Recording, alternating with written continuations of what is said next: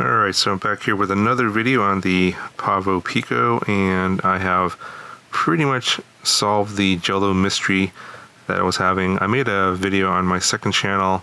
I just wanted to get some information out because I think there were some people, I don't know, they were just totally bashing, I guess, me or my channel based on like just the fact that I found some problem with this product. The haters went absolutely nuts and just started telling me that I don't know how to build stuff. I'm a beta FPV hater, blah blah blah. I don't know how. I mean, the internet's kind of crazy, but man, to the extent to which the hate raged on, I had to make a little video explaining, you know, what I thought the reasons were for the problems. And I posted that to my second channel because I didn't have a solution yet. I just wanted to get information at that. I pretty was 100% sure that I built it correctly. I built it the same way as I did the original beta product. Obviously, they made design changes, which I talked about in the second video. Go check that out if you want. But I found the solution, and for those of you guys that have been watching, maybe you observed what's different, what's not different. I don't know. Let me know in the comments if you figured it out, but I'll just go ahead and tell you. So there were a few things that I changed that basically resolved the issue.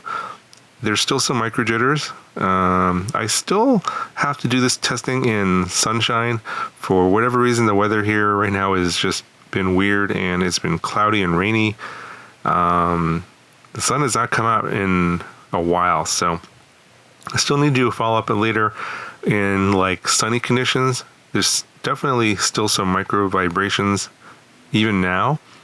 So there's some few things that I'll mention at the end of the video that you might be able to do to perhaps improve it a little more. But yeah, it's basically on par with the amount of micro vibrations I saw in the original beta. So I've gone back to at least that point.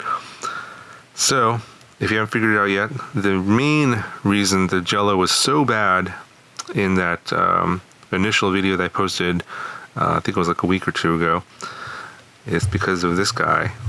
So Beta FPV included this UV protector. Obviously you want some lens protection, and that's great, but this is defective. At least mine was defective. Maybe other people didn't have that problem, but can you see? I don't know if you can see that or not. It's kind of hard to see if it's going to come on camera or not, but you see that that glass is kind of glued in to the metal framing. Well, this thing is loose, and it just kind of comes out. See the glue right there, little piece like that. So this thing was vibrating in the frame. Once I was pulling my hair out, I was like, what is wrong with this thing? It's not that much different than the original beta. Why is the Jello so bad? And it hadn't occurred to me that, oh, well, obviously this UV guard is one major difference other than the design. So I was like, well, let's take this off. And once I did that, pretty much most of the big vibrations were gone. So I did do a little trick here where I wrapped some dental floss around the back cable here to sort of keep it away from the carbon. That did help a little bit, but the Jello was still there.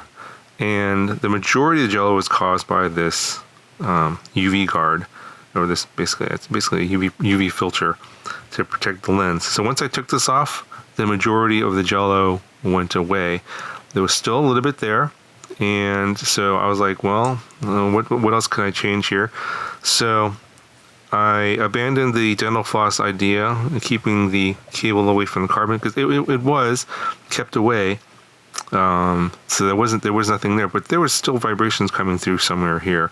And so I decided I'll move, instead of letting the camera hang down low, which is what Beta FPV is suggesting in their design, with putting the camera in the bottom hole of the camera mount, or the top hole, which would make the camera lower.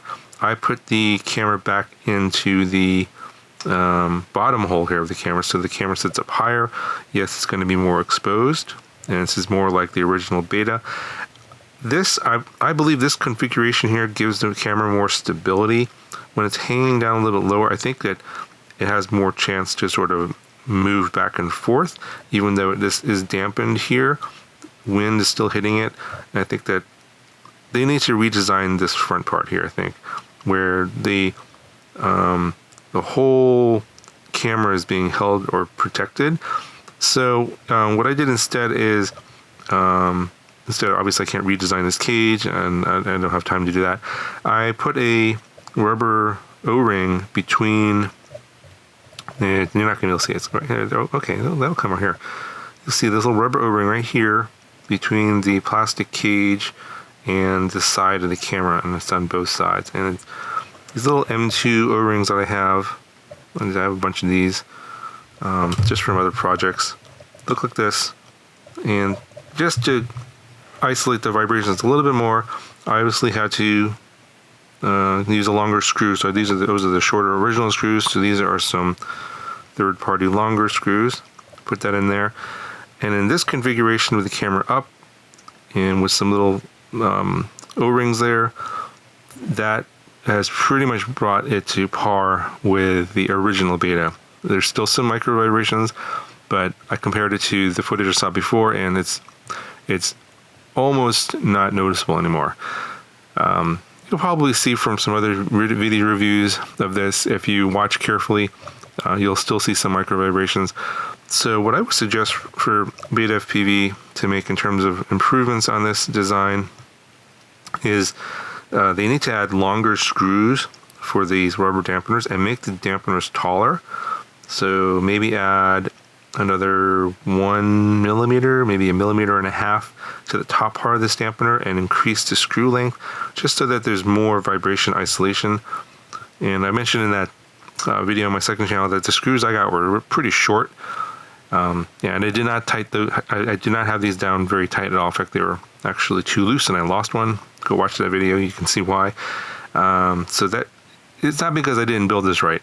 It's because there's some flaws here in terms of the design, and so I think if you definitely get some kind of Jello, move the camera up by using the bottom hole. Use some O-rings there. Don't use the UV filter. Or if you have Jello, I would suggest checking if the UV filter is the problem by removing it and then flying again and see if it changes.